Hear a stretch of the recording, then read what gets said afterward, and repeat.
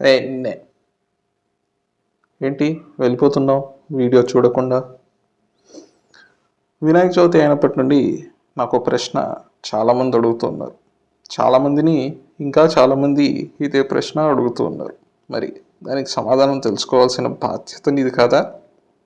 ఇంతకీ ఆ ప్రశ్న ఏంటో తెలుసా? విను. గురూజీ, శివుడు అందరికన్నా పెద్ద దేవుడు కదా, మరి శివుడికి వినాయకుడు తన కొడుకని తెలియలేదా? ఎందుకు తలకాయ కోసేశాడు?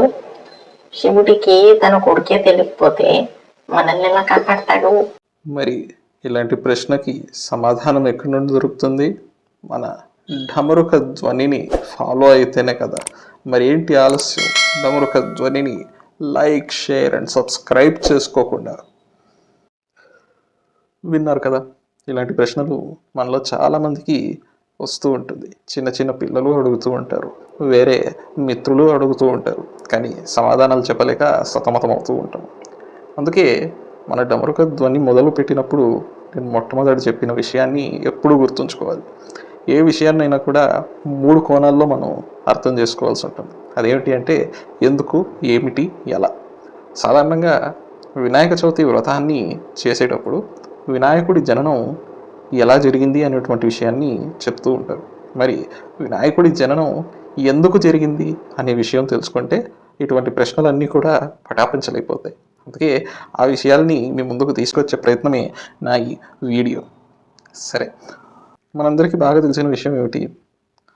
శివుడు గజాసురుడు అనేటువంటి ఒక రాక్షసుడికి వరం ఇచ్చి వాడి పొట్టలో ఉండిపోవడం వల్ల లోకం చీకటైపోతుంది. అందుకే పార్వతీదేవి విష్ణుమూర్తితో మాట్లాడి దేవతలనంతా సిద్ధం చేసుకొని ఆ గజాసురపురికి వెళ్ళి గంగిరెద్దుల్ని ఆడించే వాళ్ళలాగా నాటకాలు వేసి గజాసురుడిని మెప్పించి అతని పొట్టలో ఉండేటువంటి శివుణ్ణి నంది ద్వారా బయటికి తెప్పించడం అనేటువంటిది మనందరికీ తెలిసిన విషయం. అలా ఆ విషయం తెలుసుకున్న పార్వతీదేవి నలుగుపిండితో ఒక బాలుడిని తయారు చేసి ఆ బాలుడికి ప్రాణం వేసి అక్కడ కైలాసానికి కాపరిగా పెట్టేసి తను లోపల స్నానానికి వెళ్ళిపోతుంది. శివుడు తిరిగి కైలాసానికి వస్తే ఆ పిల్లవాడు అడ్డగించడం వలన వారిద్దరి మధ్యలో యుద్ధం జరిగి శివుడు ఆ శిశువు తలని నరికేస్తాడు. ఆ తర్వాత ఏనుగు తలను పెట్టి గజాననుడిగా మారుస్తాడు. ఎందుకంటే తను పార్వతీపుత్రుడు, అంటే తనకు పుత్రుడే కాబట్టి తన కుమారుణ్ణి తాను రక్షించుకునేటువంటి విధానంగా ఆ గజాననుని తయారు చేస్తాడు. ఇది వినాయక వ్రతకథలో మనమంతా చదివేటువంటి అద్భుతమైన కథ. మరైతే అసలు బ్రహ్మ, విష్ణు, మహేశ్వరులు లాంటి మహాదేవులు, ఇంద్రుడు, యముడు, కుబేరుడు వంటి దిక్పాలకులు ఇంతమంది ఉండగా, నవగ్రహాలు ఉండగా మళ్ళీ వినాయకుడి యొక్క జననం అవసరమా? అసలు వినాయకుడు ఎందుకు పుట్టాడు? వినాయకుడి జన్మకి కారణం ఏమిటి? ఈ విషయాలు తెలుసుకోగలిగితే అసలు శివుడంతటి వాడు తన కొడుకు తలను ఎందుకు నరకాల్సి వచ్చింది అనే విషయం చాలా తేలిగ్గా తెలుస్తుంది. భగవద్గీతలో చెప్పిన దాని ప్రకారంగా దేవుడు ఎప్పుడెప్పుడు రూపాలు తీసుకుంటాడంటే యదా యదా హి ధర్మస్య గ్లానిర్భవతి భారత అభ్యుత్థానమధర్మస్య ధ్రువానీతిర్మతిర్మమ పరిత్రాణాయ సాధూనాం వినాశాయ చ దుష్కృతాం ధర్మ సంస్థాపనార్థాయ సంభవామి యుగే యుగే. ఎప్పుడెప్పుడు అధర్మము ప్రబలుతుందో, ఎప్పుడెప్పుడు ధర్మగ్లాని అంటే ధర్మానికి హాని కలుగుతుందో అప్పుడప్పుడు పరమాత్ముడు ఏదో ఒక విధంగా దైవస్వరూపంగానో గురుస్వరూపంగానో ఈ భూమి మీదకి రావడం అనేది జరుగుతూ ఉంటుంది. ఇది ఎన్నో సందర్భాల్లో మనకి పురాణాల ద్వారా తెలుస్తుంది. మరైతే ఈ గణపతి రూపాన్ని ధరించాల్సిన అవసరం ఏమొచ్చింది అంటే, పూర్వం ఆర్యముడు అనేటువంటి ఒక గంధర్వుడు ఉండేవాడు. వాడు మద్యం మత్తులో ఎలుకలాగా మారి ఆ స్వర్గలోకంలో చింద్రమందర చేశాడు. అది ఇంద్రుడికి ఎంత మాత్రమూ నచ్చలేదు. అందుకే వాడిని శపించి ఒక మూషికుడిగా జన్మించాలని శపిస్తాడు. ఈ ఆర్యముడే మూషికాసురుడు అనేటువంటి రాక్షసుడిగా ఎలుక రూపాన్ని ధరించి పుట్టడం జరిగింది. అతనికి ఒక భార్య కూడా ఉంది. వీళ్ళిద్దరూ కూడా దేవీ భక్తులు. దేవీ భక్తులు అంటే ఆదిపరాశక్తికి భక్తులు అన్నమాట. రాక్షసులకి సాధారణంగా ఉండేటువంటి లక్షణం ఏమిటి అంటే తపస్సు చేసి వరాలు పొంది ముల్లోకాలను దోచుకోవడం. అదే పని ఇతను చేయాలనుకున్నాడు. ఈ మూషికాసురుడు అమ్మవారిని ప్రత్యక్షం చేసుకొని ఒక వరాన్ని కోరాడు. ఏమిటి అంటే తనకు మరణం లేని వరం. ఆ వరాన్ని ఎవరికి ఇవ్వలేను, ఏదైనా వేరే కోరిక కోరుకోమంటే సరే, అలా అయితే నన్ను ఓడించేవాడు లేదా నన్ను చంపగలిగినటువంటి వాడు 2 జన్మలు కలిగిన వాడై ఉండాలి. 2 జన్మలు కలిగిన వాడై ఉండాలి. బ్రహ్మ సృష్టి నుండి పుట్టినవాడు కాకూడదు. మాతృ గర్భం నుండి వచ్చేవాడు కాకూడదు. అని కోరిక కోరాడు. సరే అని చెప్పి అమ్మవారు వెళ్ళిపోయారు. ఆ తర్వాత వీడి భార్య మళ్ళీ ఒక తపస్సు చేసింది. ఆవిడ ప్రత్యక్షమైతే ఆవిడ కోరుకునింది, నా భర్త అజేయుడుగానే ఉంటాడు, కానీ ఎప్పుడైనా ఓడిపోయే పరిస్థితో చచ్చే పరిస్థితితో వస్తే మీరే తనకి యుద్ధంలో సహాయం చేయాలి అని అమ్మవారికి కోరిక కోరుకునింది. దానికి కూడా అమ్మవారు సరే అని అన్నారు. ఇప్పుడు ఒక పెద్ద సమస్యను సృష్టించి పెట్టారు ఎవరు? అమ్మవారు. మరి దాన్ని సాల్వ్ చేయాల్సిన వాళ్ళు కూడా వాళ్ళే కదా. జగన్మాత జగత్పిత అయినటువంటి పార్వతీ పరమేశ్వరులే ఈ జగత్ రచన అనేటువంటిది చేయాలి. దాంట్లో జగన్ నాటక సూత్రధారి అయి శ్రీమన్నారాయణుడు తన పాత్రను తాను పోషించి ఈ యోగమాయ నుండి ధర్మాన్ని రక్షిస్తూ ఉంటాడు. అదేవిధంగా ఇక్కడ అమ్మవారు వరాలు ఇచ్చారు, దానికి సంబంధించినటువంటి ఒక జగద్ రచన చెయ్యాలి. ఈ జగద్ రచన చెయ్యాలి అంటే సాధారణంగా ఒక జీవిని సృష్టించేసి అంతా చేసేస్తే సరిపోదు. మాయకు అనుగుణంగా విధికి తగ్గట్టుగా వీళ్ళు కూడా ఆ జగన్నాటకంలో పాత్రదారులై సూత్రధారులై అన్నిటినీ నడిపించాలి. అలా నడిపించాలంటే ఒక లీలా వినోదంగా దాన్ని రూపుదిద్దాలి.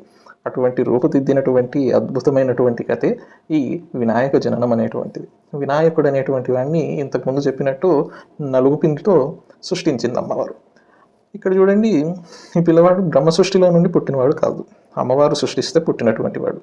మాతృగర్భంలో జన్మించలేదు, ద్విజన్ముడు అవ్వాలి అంటే 2 జన్మలు ఉండాలి. 1వ జన్మ అమ్మవారు సృష్టించింది, 2వ జన్మ శివయ్య ఏనుగు తలను పెట్టడం. ఈ 2 అవ్వడం వల్ల అతడు ద్విజన్ముడయ్యాడు. మాతృగర్భం నుండి పుట్టినవాడు కాదు, బ్రహ్మ సృష్టిలో నుండి వచ్చినటువంటి వాడు కాదు. ఇటువంటి వాడు కాబట్టి ఈ వినాయకుడు, గజాననుడు, విఘ్నేశ్వరుడు ఆ మూషికాసురుణ్ణి ఓడించగలిగినటువంటి వాడు, సంహరించగలిగినటువంటి వాడు. ఎప్పుడైతే ఈ విఘ్నేశ్వరుడు అతనిపై తలపడ్డానికి వెళ్ళాడో 2వ వరం ఉంది చూడండి, అమ్మవారు సహాయం చేస్తారన్నారని ఆ సహాయం చేత ఈ మూషికాసురుణ్ణి పరివర్తన చెందేలాగా మార్చి వినాయకుడి యొక్క వాహనంలా చేశారు. ఈ మూషికాసురుడి కోసమే వినాయక జననం అనేటువంటిది జరిగింది. అంతేగాని శివుడికి తన కొడుకుని తెలియదా? శివుడికి తన కొడుకు తలనే నరికేయాల్సిన అవసరం ఏమిటి? అంత మాత్రము తెలియకపోతే అతడు పరమాత్ముడు ఎందుకు అవుతాడు అనే ప్రశ్నలు చాలా అమాయకంగాను అసాంఘికంగాను వచ్చేటువంటి ప్రశ్నలు. దీని యొక్క బ్యాక్గ్రౌండ్ స్టోరీ తెలిస్తే వారు దీన్నంతా ఒక నాటకంలాగా జరిపించారు. అంతే, ఏది కూడా వారికి తెలియకుండా చేసింది కాదు, ప్రతిదీ వారికి తెలిసే జరిగింది. వారు దాన్ని అలా చెయ్యాలి అనుకున్నారు కాబట్టే చేశారు. అంతేగాని శివుడు తన సొంత బిడ్డనే చంపినటువంటి క్రూరుడు అనేటువంటి మాట ఎప్పటికీ సరైనది కాదు. మీకు ఒక బిడ్డ ఉన్నాడు, ఆ బిడ్డ మారం చేసి ఏదో కొనాలి అన్నాడు. వాడిని ఎలా కామ్ చేస్తారు?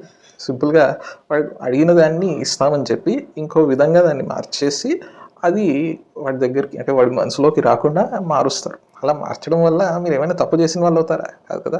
వాడి మంచి కోసం, వాడి క్షేమం కోరుకొని మీరు చేసేటువంటి పనే అదవుతుంది. అలానే భగవంతుడు కూడా రాక్షసులకి వరాలు అనేటువంటివి ఇస్తూ ఉంటాడు. ఆ వరాలను నెరవేర్చడం కోసం రకరకాల అవతారాలని ధరించుకుంటూ రకరకాల రూపాలను ధరించుకుంటూ వారి ముందుకి వెళ్ళాల్సినటువంటి అవసరం వస్తూ ఉంటుంది.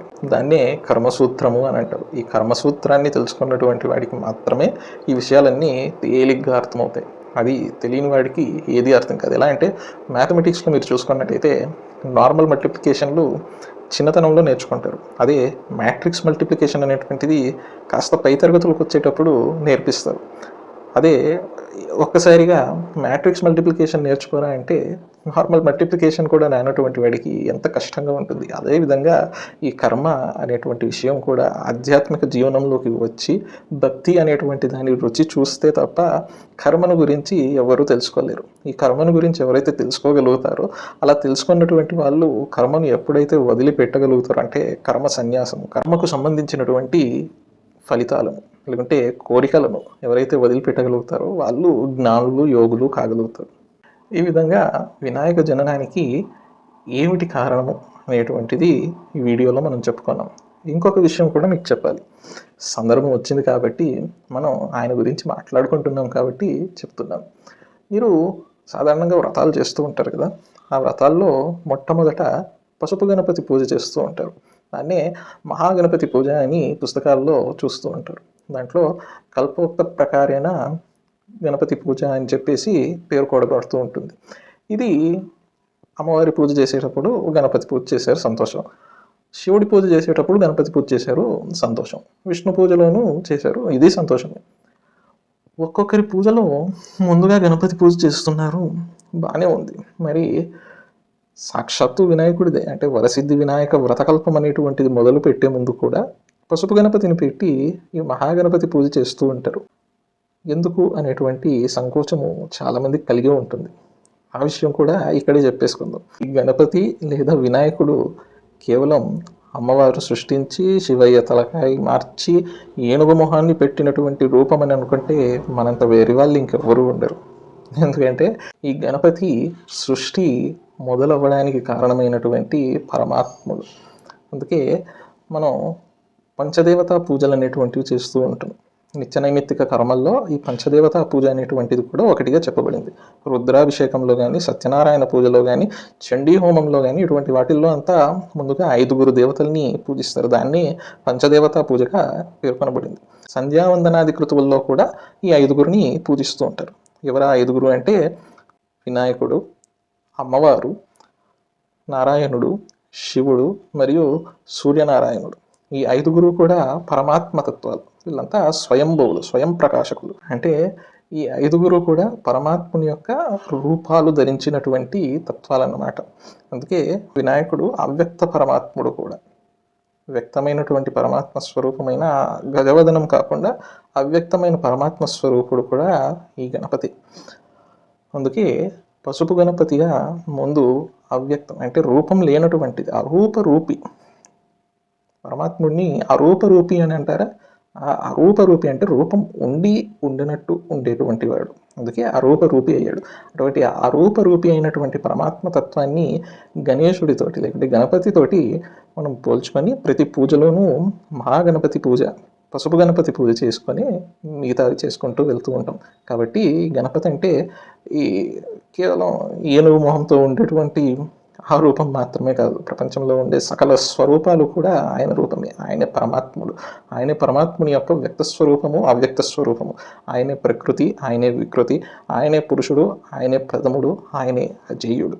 కాబట్టి ఒక్కసారి అందరూ ముక్తకంఠంతో బోలో గణేష్ మహారాజ్కి జై అనేసి ఈ వీడియోని ముగిద్దాం. జై హింద్.